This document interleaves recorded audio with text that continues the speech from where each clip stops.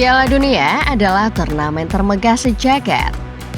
Sebagai turnamen termegah, ajang ini pasti menyita perhatian jutaan manusia. Semua pecinta sepak bola berkumpul menjadi satu untuk menyaksikan aksi-aksi para pemain terbaik di atas lapangan. Namun, selain intrik di atas lapangan, terkadang Piala Dunia juga melahirkan kontroversi di luar lapangan. Berkumpulnya jutaan manusia di satu area terpusat membuat Piala Dunia terkadang menghadirkan insiden-insiden tak terduga. Beberapa lahir dari kelalaian pihak keamanan penyelenggara. Bahkan beberapa insiden itu tercatat sebagai insiden akibat kelalaian paling memalukan sepanjang sejarah. Nah, di video kali ini, Starting Levelist akan mengajak kalian melihat 5 insiden akibat kelalaian paling memalukan sepanjang sejarah Piala Dunia. Kira-kira ada insiden aneh hingga mengerikan apa saja? Simak selengkapnya. Timnas Inggris kemalingan. Kita buka dari insiden yang terjadi pada edisi Piala Dunia tahun 2026 ini. Yang jadi korban adalah timnas paling bikin heboh satu jagat, Inggris. Skuad asuhan Thomas Tuchel jelas tidak mengira kalau mereka akan dibikin terkejut hanya beberapa hari sebelum laga pembuka. Hampir semua barang bawaan mereka raib di gondol maling. Ceritanya, skuad timnas Inggris sedang bertolak ke pusat pelatihan mereka di Kansas City. Mereka berangkat dari Florida, Amerika Serikat. Nah, barang-barang perlengkapan 3 singa diangkut dengan kontainer terpisah. Hurricane CSC sampai dengan selamat, tapi barang-barang bawaan mereka ternyata tak ikut serta tiba di Kansas City. Polisi setempat langsung bergerak cepat menangani kasus ini. Mengutip The Guardian, kepolisian Kansas City mengatakan perampokan ini sudah direncanakan sejak awal. Pelaku dilaporkan ada di TKP saat pengangkutan barang-barang perlengkapan timnas Inggris. Kemudian pelaku membawa kabur sejumlah barang tersebut. Di antara barang yang hilang antara lain adalah bola untuk perlengkapan latihan, papan taktik dan buku-buku catatan Thomas Tuchel serta tim pelatih. Bahkan hingga sepatu Harry Kane dan Jude Bellingham. Beruntung tak berselang lama polisi langsung menemukan barang-barang timnas Inggris yang hilang. 2 orang terduga pelaku pun diamankan untuk diinterogasi.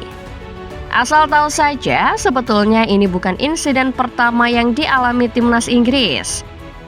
Sebelumnya, sesaat sebelum mereka bertolak ke pusat pelatihan untuk pertama kalinya, Inggris sudah dikejutkan dengan sebuah insiden penembakan. Mengutip The Athletic, lokasinya cuma berjarak 10 menit dari kamp pelatihan Inggris. Duh, apes benar memang Inggris ini. Pencurian terhadap pemain Yunani. Dari 2026 kita mundur ke tahun 2010. Di tahun inilah Piala Dunia paling ikonik digelar. Apalagi kalau bukan Piala Dunia 2010. Afrika Selatan terpilih menjadi tuan rumah. Waktu itu ada banyak yang menentang.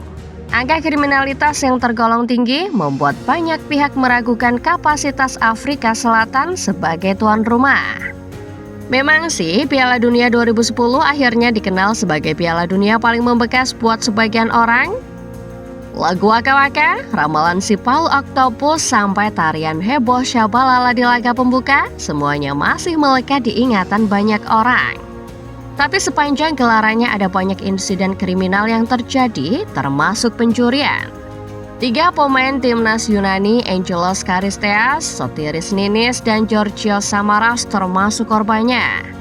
Mengutip Kompas, ketiga pemain itu baru saja pulang dari kamp pelatihan Yunani yang berlokasi di Durban pada Kamis 10 Juni 2010. Di tengah perjalanan mereka dirampok segerombolan orang. Para perampok itu menggondol uang sekitar 23 juta rupiah. Masalahnya, kejadian yang menimpa 3 pemain Yunani itu bukan satu-satunya. Beberapa hari sebelumnya, hotel tempat skuad timnas Kolombia menginap di Johannesburg juga disatroni kawanan perampok. Insiden perampokan juga menimpa figur-figur di luar tim nasional. Antara lain jurnalis dari Portugal, Korea Selatan, Spanyol, hingga China. Sedari awal Afrika Selatan memang punya tingkat kriminalitas tinggi. Bahkan menurut beberapa orang, kriminal dari Afrika Selatan tak segan menghabisi nyawa para korbannya demi menghilangkan barang bukti. Ya, mau bagaimana lagi, itulah fakta pahitnya. Di balik Piala Dunia 2010 yang ikonik itu, ternyata banyak kasus kriminal yang juga sempat jadi sorotan. Gelut antar supporter Inggris. Tidak perlu ditanya lagi soal kecintaan masyarakat Inggris terhadap sepak bola. Di negara satu ini sepak bola sudah seperti agama dan ideologi bangsa. Tak heran apabila banyak kelompok pendukung fanatik sepak bola muncul dari tanah Britania. Untuk urusan mendukung negaranya, jelas fans Inggris tidak main-main. Sudah banyak kisah menuturkan kebrutalan fans Inggris. Seringkali mereka berbenturan dengan fans-fans dari negara lain. Tapi pernah gak sih kalian lihat fans sepak bola berantem sama fans negaranya sendiri? Mungkin mirip-mirip lah kayak fans Indo yang masih ribut antar sesamanya gara-gara beda klub. Untuk timnas Inggris ini terjadi pada tahun 2014. Siapapun fans Inggris tentu tak bisa lupa apa yang terjadi pada Piala Dunia Brasil tahun itu. Inggris dihuni banyak pemain mewah. Ada Frank Lampard, Steven Gerrard, sampai Wayne Rooney. Tapi perjalanan anak asuh Roy Hodgson berakhir anti klimaks. Tak satu pun laga fase grup berhasil dimenangkan pasukan tiga singa kala itu. Salah satu hasil memalukan yang didapat Inggris adalah kalah 2-1 melawan Uruguay di Sao Paulo. Nah, di akhir laga itulah sebuah insiden memilukan terjadi. Ada seorang fans Inggris yang kecewa menyerang fans Inggris lainnya. Mengutip laporan kepolisian setempat, fans Inggris itu menggigit telinga fans Inggris lain sampai hampir putus. Gila bukan? Menurut saksi, awalnya orang-orang mengira pelaku adalah fans Uruguay. Tapi ternyata saksi lain berujar kalau dia adalah fans Inggris. Sempat terdengar teriakan rasis dari pelaku kepada korban sebelum akhirnya pelaku menyerang dan menggigit telinga korban. Jangan-jangan pelaku ini yang menginspirasi Luis Suarez di laga versus Italia. Penyusup dengan bendera pelangi. Pindah ke edisi Piala Dunia sebelumnya, Qatar 2022. Kita semua mungkin sepakat kalau Piala Dunia edisi kemarin adalah Piala Dunia edisi paling halal.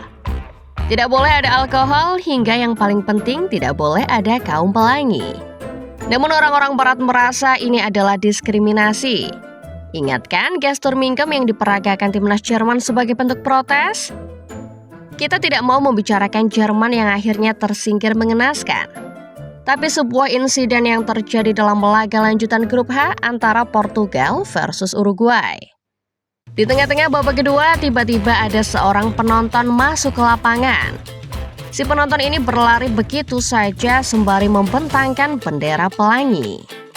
Mengutip BBC, orang yang masuk ke lapangan itu rupanya adalah seorang pria asal Italia bernama Mario Ferri. Asal tahu saja, Ferry ini dulu pernah aktif menjadi seorang pesepak bola. Namun karirnya tak banyak mendapat perhatian. Malahan Ferry lebih terkenal sebagai penyusup lapangan daripada ex-pemain sepak bola. Dari laporan yang sama, Ferry waktu itu berniat melakukan protes terhadap kebijakan pemerintah Qatar terkait pelarangan LGBTQ di Piala Dunia 2022. Menurutnya itu adalah penyanderaan hak asasi manusia. Ferry juga menyuarakan dukungan kepada Iran dan Ukraina lewat tulisan di kaos yang ia kenakan waktu itu. Well, boleh dibilang Bung Ferry ini sebetulnya adalah seorang pitch invader kawakan. Betapa tidak, ia sudah pernah melakukan aksi serupa sejak tahun 2009. Tampan dan pemberani. Mungkin itulah yang ia rasakan. Aksi pertamanya terjadi di laga Italia versus Belanda. Ya, orang gila mana coba yang tiba-tiba turun dari tribun lalu bicara langsung ke pelatih Italia Marcelo Lippi? Kematian Andres Escobar. Kisah terakhir ini barangkali jadi kisah yang paling pilu. Waktu itu Piala Dunia dihelat di tempat yang sama seperti tahun ini, Amerika Serikat. Sebetulnya insiden ini tidak terjadi karena kelalaian penyelenggara Piala Dunia. Namun tetap saja ada turut andil lemahnya pengamanan panitia Piala Dunia 1994, sehingga menyebabkan insiden ini terjadi. Kisahnya bermula dari timnas Kolombia. Waktu itu Kolombia digadang menjadi salah satu kuda hitam paling menakutkan dari Amerika Latin. Namun nasib sial justru menghampiri Kolombia. Saat menghadapi Amerika Serikat di babak grup, mereka takluk dengan skor 2-1. Nah, Escobar inilah yang bertanggung jawab atas lahirnya gol pertama sang tuan rumah. Akibat salah antisipasi, Escobar malah mencocor bola ke dalam gawangnya sendiri. AS akhirnya menggandakan skor lewat Ernie Stewart. Kolombia cuma bisa membalas 1 gol. Hasil itu otomatis mengeliminasi Los Cafeteros dari turnamen. Karena negaranya gagal, masyarakat Kolombia pun menumpahkan kekesalannya kepada seluruh skuad. Escobar jadi orang yang paling disalahkan. Tapi bek kelahiran Medellin itu mencoba tetap tegar. Bahkan setelah laga, ia meminta masyarakat Kolombia untuk menegakkan kepala. Ia bisa saja tinggal sejenak sampai turnamen tuntas. Tapi Escobar memilih pulang. Ia bilang ingin menenangkan diri di kampung halamannya saja. Tapi malangnya, disitulah maut menjemput Escobar. Sepulangnya dari sebuah klub malam, Escobar dihadang sekelompok orang yang kemudian diketahui sebagai anak buah salah satu pengedar narkoba kenamaan Kolombia. Escobar ditembak berulang kali. Sang penembak bahkan dilaporkan berteriak gol sambil menembaki sang pemain. Tepat setelah laga melawan Amerika Serikat, sebetulnya pemain Kolombia sudah diganggu banyak teror. Ancaman pembunuhan hingga teror-teror lain mewarnai perjalanan Kolombia yang kala itu memang sudah menelan kekalahan sejak laga pertama. Hingga puncaknya adalah kematian Escobar. Itu tadi Football Lovers, 5 insiden paling memalukan di Piala Dunia akibat kelalaian pihak keamanan. Menurut kalian, insiden mana yang sampai saat ini masih begitu lekat diingatan? Atau barangkali kalian punya insiden lain yang layak masuk daftar? Tulis di kolom komentar ya. Jangan lupa like video ini kalau kalian suka. Subscribe Starting Level List, selalu nyalakan notifikasinya supaya kalian gak ketinggalan setiap update serta bahasan-bahasan menarik seputar sepak bola lainnya. Terima kasih dan sampai jumpa.